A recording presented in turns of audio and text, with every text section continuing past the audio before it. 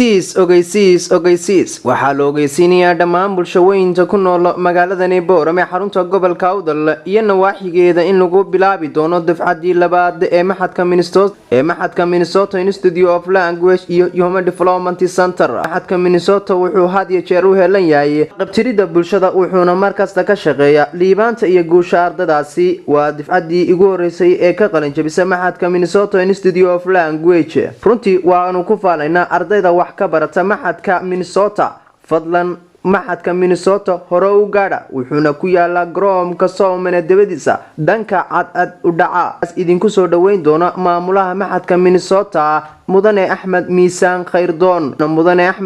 Khayrdoon idin leeyahay learn today and teach tomorrow. aan hore u gaadhno maxadka Minisota Institute of Language. hadna halkaasi kala xiriiri kartaan telefoonada hoos ku qoran oo aad halkaasi ugu hagaagi kartaan mudane Ahmed Miisaan Khayrdoon.